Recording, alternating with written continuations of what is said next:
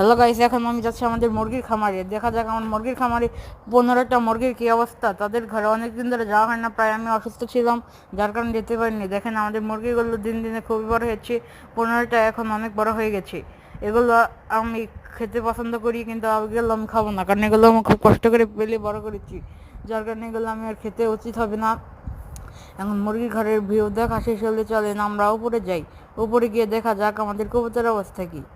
চলেন এবার উপরে এসে আমাদের কবুতরগুলোর পানি শেষ হয়ে গেছে, পানিগুলো দিতে হবে। আমার কবুতর 4টা হারানো গেছে, সেগুলো আমার ভাই ভুল করে হারিয়ে ফেলেছে। সে খুবই একটা খারাপ ছেলে, তার উপর আমার খুবই রাগ ওঠে, কিন্তু আপন ছোটো ভাই বলে তাকে কিছু বলি না। সে সবসময় আমাদের পরিবারের জন্য সব কিছুই ক্ষতি করে, যার কারণে আমার 4টা কবুতর লস গিয়েছে।